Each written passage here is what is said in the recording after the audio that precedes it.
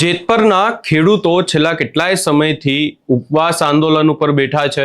આ તમામ ચર્ચાઓની વચ્ચે આ આંદોલનને લઈને અનેક વિવાદો પણ થઈ રહ્યા છે, પરંતુ આ તમામ વિવાદોની વચ્ચે આજે વાત એ કરવી છે કે આ આંદોલનનો અંત ક્યારે આવશે, આ આંદોલન પૂરું થશે કે નહીં, અને ખાસ કરીને હવે ખેડૂતો શું કહી રહ્યા છે એની પણ વિગતે ચર્ચા કરીશું। નમસ્કાર, હું છું ઉજ્જવલ અને આપ જોઈ રહ્યા છો નિર્ભય ન્યૂઝ।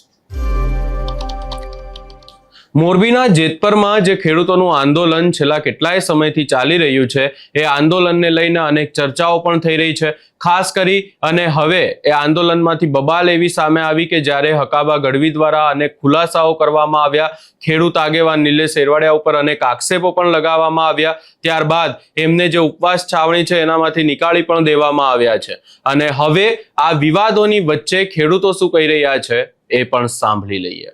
હું પાટણ જિલ્લાનો ખેડૂત છું અને આ જેતપુરમાં બીજી વાર આવ્યો છું, તો તમામ મારી સાથે નારો બોલો, જય કિસાન, જય કિસાન, ભારત માતા કી। મિત્રો, આગળ પણ હું એક દિવસ આવી ગયો છું તમારી સમક્ષ અને આ બીજી વાર આવ્યો છું। આજે એટલા માટે આવ્યો છું તમારા માટે કે જે આપણામાં આપણું સંગઠન તોડવાનું, કિસાનોના ન્યાયને અને પોતાના કિસાનોના હકને જે ભાગવા તોડવાની જે આ સરકાર નીતિ અપનાવી રહી છે ને, એ નીતિ તોડવા માટે એમના જે પણ કાવતરા છે ને, એ કાવતરા બિલકુલ ચાલે એમ નથી। એટલા માટે બીજી વાર હું આવ્યો છું અને આ બીજી વાર નહીં, તમે કહેશો એટલી વાર આવશો અમે। હું પોતે બિઝનેસમેન, અમદાવાદ બિઝનેસ છે પોતાનો, બિઝનેસ છોડીને અહીંયા આવું છું કારણ કે હું ખેડૂત છું। મારે પણ 10 વીઘા જમીન છે અને મારે પણ મારા બાળકોના માટે જમીન બચાવવાની છે। અમારે ત્યાં કોઈ પણ દાખલા આવતા નથી કે કંઈ પણ કંપની છે નહીં, પરંતુ તમારા આખા ગુજરાતના ખેડૂતો માટે અમે આવીએ છીએ। તો મિત્રો, આ મોરબીના જે ખેડૂતો જે આંદોલન કરી રહ્યા છે ને, એમને સહારો બનવા અમે આવ્યા છો અને સહારો હંમેશા ખેડૂતની ગમે ત્યાં ગુજરાતમાં કોઈ પણ તાલુકામાં, કોઈ પણ જિલ્લામાં, ગુજરાતમાં ગમે તે જગ્યાએ છે તો અમે હાજર હશું। આજ સુધી ખેડૂતની સાથે છીએ અને આ સરકાર જે કાયદા કાનૂન જે આપણને ભણાવે છે ખેડૂતને, અને સરકારને આપણે બનાવી છે, એ આપણને બનાવી રહ્યા છે। મિત્રો, લડાઈ લાંબી છે, હાર બિલકુલ માનતા નહીં। આ એક દિવસની લડાઈ નથી મિત્રો। હરિયાણા સરકાર ખેડૂતો, હરિયાણાના સરકારના ખેડૂતો 2.5 વર્ષથી લડાઈ લડી રહ્યા છે। ત્યારે તમને એક નાની વાત કરીશ કે એ હરિયાણા જે ખેડૂતો છે 2.5 વર્ષથી લડાઈ લડી રહ્યા છે, એ લોકોને પોલિસી નક્કી થઈ છે 6ઠી તારીખ 6ઠા મહિનાની, આ 2026, હજુ બહુ દિવસ થયા નથી। એમને 765 કેવીના દાખલા એમના ખેતરોમાં આવે છે। એમને 2,95,00,000થી 7.5 કરોડ આપ્યા છે। કેટલા? અને આ પોલિસી છે મારી હાથમાં, પોલિસી હમણે જાહેર કરી છે અને એમનું જે સંગઠન છે ને, એ આપણને સાથ હાલવા પણ તૈયાર છે। અમે જોડાયેલા છો એમાં, એમની જોડે અમારી જોડે વાત થાય છે અને આપણે કહીએ ને તો એ ગમે ત્યાં આવી શકે છે। ક્યારે આવે છે કે આપણે બધા કિસાનો લડી રહ્યા છો, અહીંયા કોઈ રાજકીય પાર્ટી નથી, પરંતુ એકલો કિસાન છે ને એટલા માટે કોઈ બી પક્ષ આવી શકે છે, કોઈ પણ ખેડૂત આવી શકે છે। મિત્રો, આ લડાઈ ખૂબ જ મોટી છે। મારા ગામમાં આદિત્ય બિરલા સોલાર કંપનીએ 3,000 વીઘા જમીન લીધી છે। હું એકલો ખેડૂત 2.5 વર્ષથી લડી રહ્યો છું, એકલો ખેડૂત 2.5 વર્ષથી લડી રહ્યો છું। મારા ગામના મને કોઈ સાથ નથી આપતા, પરંતુ મેં વકીલ લડ્યો છું, મેં ખેતર આપ્યું નથી, અને તેમ છતાં 2.5 વર્ષથી મારા ખેડૂતો માટે, મારા તાલુકાના, મારા રાજ્યના ખેડૂતો માટે લડી રહ્યો છું। તો મિત્રો, આપણે લડવું એ આપણો અધિકાર છે અને આ સરકાર આગળ જે આપણે 4 ઘણું જે વળતર જે એસઓપી બનાવી છે, જે 2013નો કાયદો જમીન સંપાદનનો, એ લઈને જંપીશું। આ 2 ઘણું વળતર અમારે એવું જોતું નથી, એ માન્ય નથી, બિલકુલ આપણે લેવાનું થતું નથી। જો આટલી સંખ્યામાં જેતપુરમાં જો બધા ગુજરાતના ખેડૂતો આવતા હોય એટલે દૂરથી, તો આપણને થોડો આનંદ થાય છે કે ના, અમારે જવું પડે। પૈસા તો આજ છે ને કાલ નથી, પરંતુ ખેડૂતો માટે આખા ગુજરાતના જે પણ ખેડૂત ભાઈઓ ઉપવાસ કરી રહ્યા છે, ત્યારે અમને એમ થાય છે કે અમે એસીઓમાં જઈને કઈ રીતે ઊંઘી જઈએ, અમે પણ ખેડૂતના દીકરા છીએ, એટલે અમને આ ઉત્સાહ થાય છે. અને આપણે લોબી લડાઈ છે, આ હાર માનવાની નથી. અને આવી સરકારો તો કેટલી આવી છે ને કેટલી જવાની છે. અને આગળ 2027 આવે છે, સરકારને કહીએ છીએ ધ્યાનમાં રાખે, એવું નથી. આ સરકાર છે તો બીજી લાવતા અમને આવડે છે, બરોબર. એટલે 2027 નજીક છે, આપણી લડાઈ ભલે 2027 ચાલે, કોઈ ફેર પડે નહીં. પરંતુ આપણે જે 2013નો કાયદો મનમોહનસિંહ સરકારે જે કરેલો છે, એ કાયદો અને એ પોલિસી નક્કી કરે તો અમારે માન્ય છે, બાકી બિલકુલ માન્ય નથી. આવો ઉપકાર અમારે જોતો નથી. અમે કોઈ ગુલામી વાળા નથી, અમે ખેડૂત છીએ. અમારા પોતાની માલિકીની જમીનનો હક અમે માગીએ છીએ. અમારે કોઈનું કંઈ જોતો નથી. રૂપિયો મારા ખાતામાં 20 લાખ કંપનીએ નાખ્યા છે. રૂપિયા એટલા માટે નાખ્યા છે કે 2.5 વર્ષમાં હાઈકોર્ટમાં કેસ ચાલુ છે, એ કેસમાં એ લોકો જીતે, પરંતુ મેં પાછા નાખી દીધા. મારે તારા 20 લાખ રૂપિયા જોતા નથી. ભલે હું નાનો ખેડૂત રહ્યો, પરંતુ રૂપિયાથી વેચાવાળા અમે તો નથી. પૈસા તો આજ છે ને કાલ નહીં. તમે ઉદ્યોગ કરો છો તો મારા ખેડૂતો માટે લડતા પણ મને આવડે છે. એટલે મિત્રો, 3000 વીઘા જમીન જો કંપની હોય અને કોઈ સાથ ના હાલતું હોય તો આપણી મામાં એટલી તો તાકાત છે અને આપણા મા બાપે એટલા તો મોટા કર્યા છે કે આપણે જાતે લડી શકીએ. આટલું તો પોતાના મોવું પડે.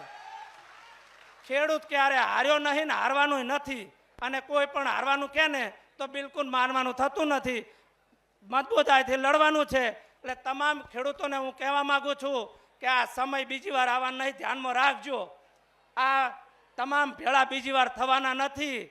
જો અમે આટલાથી આવતા હોય તો તમારા કારણે આવીએ છીએ, અને અમારોય ફાયદો છે ને તમારોય છે ને આવતી પેઢીનોય છે. એટલે આપણે આ લડાઈ મૂકવાની નથી.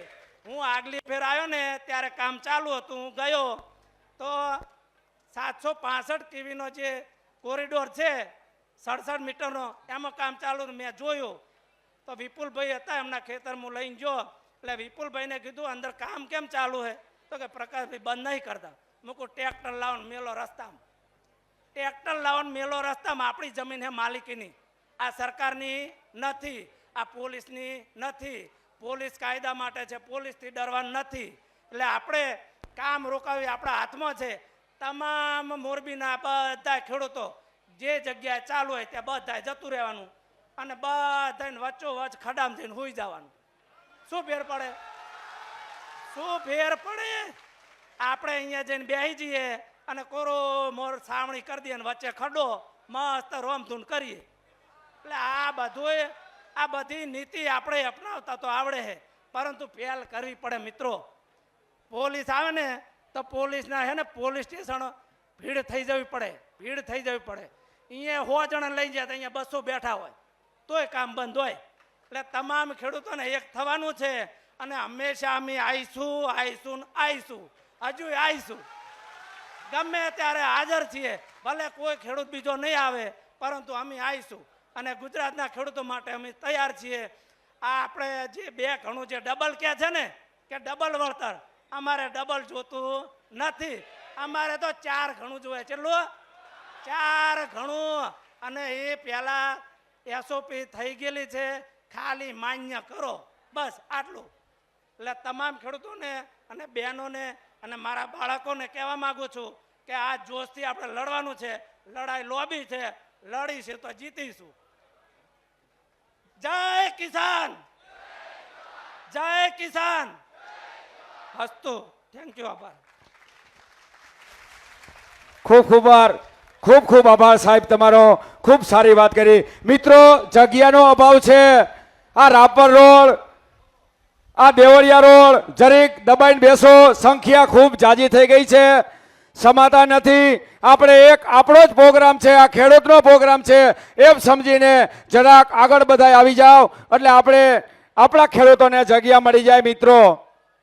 મિત્રો, અત્યારે હું આ પોલીસ પ્રશાસનને જે આપને સાથ અને સહકાર આપી રહ્યા છે, જે પોલીસવાળા આપને સાથ અને સહકાર આપી રહ્યા છે, એમને માટે એકવાર જોરદાર તાલી મિત્રો વગાડી દો.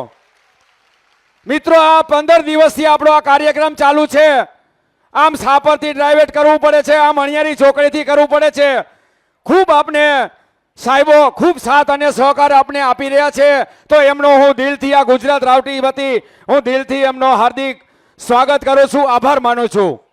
મિત્રો, બીજું હવે આપણે આ મેહુલ અમૃતિયા, દાઢીવાળા નેતા મેહુલ અમૃતિયા, મિત્રો એને આજે 17મો દિવસ છે, અન્નનો દાણો નથી લીધો.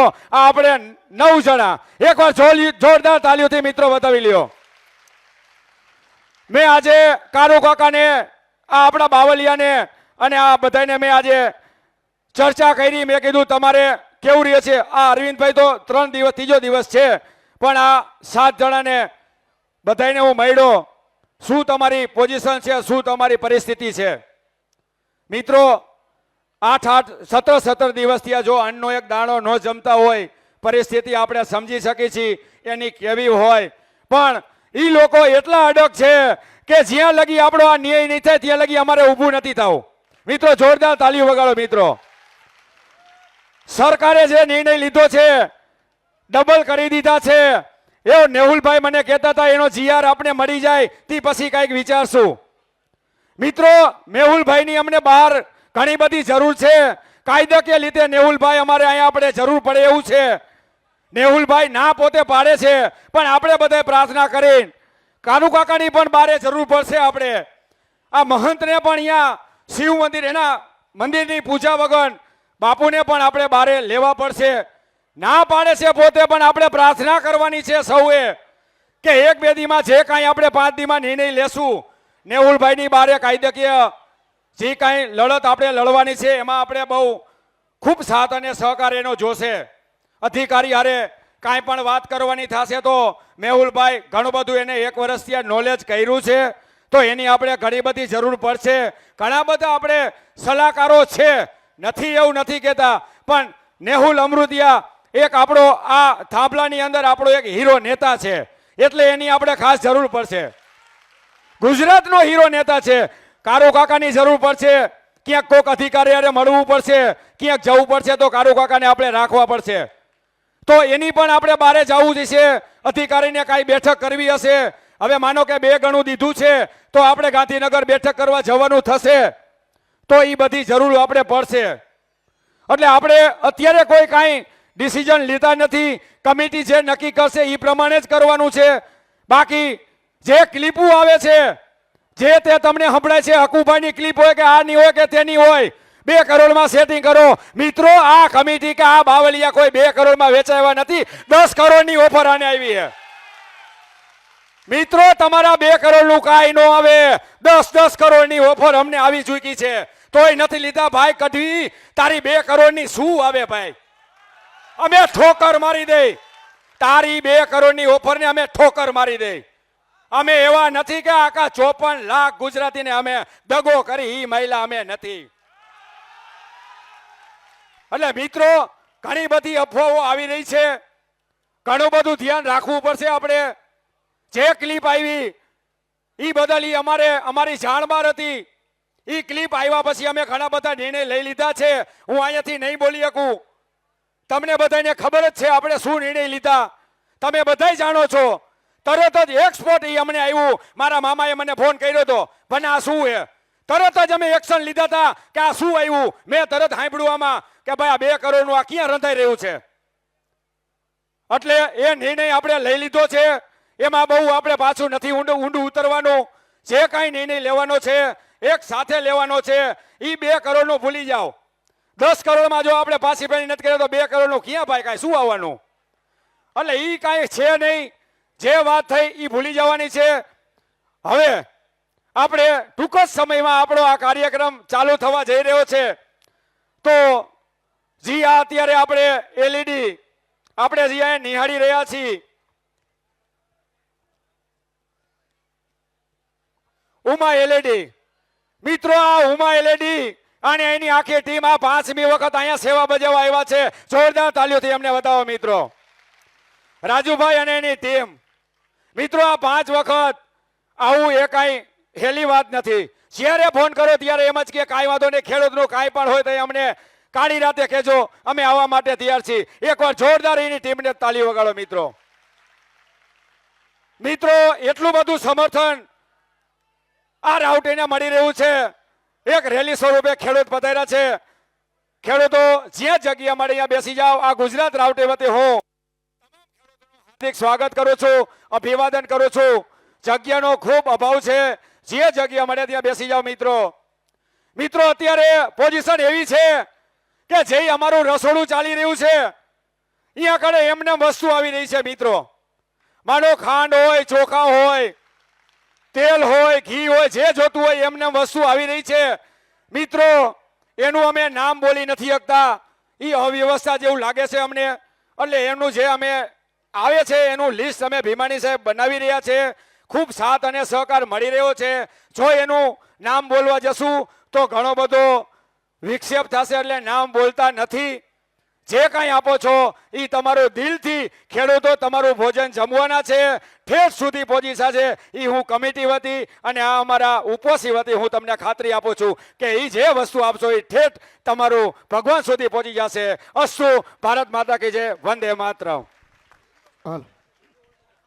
તમે અહીંયા ખેડૂતોને સાંભળ્યા અને અહીંયા માત્ર ને માત્ર વાત એ જ કરવામાં આવી રહી છે કે બાબત કંઈ પણ હોય, પરંતુ આ આખી ચર્ચાઓની વચ્ચે ખેડૂતોની માંગ એટલી જ છે કે વળતર મુદ્દે તંત્ર દ્વારા જાહેરાત કરવામાં આવી, પરંતુ ખેડૂતોને એવું લાગી રહ્યું છે કે આ જાહેરાત કરી પરંતુ તંત્રએ ખેડૂતોને ક્યાંક ને ક્યાંક લોલીપોપ આપી દીધું છે.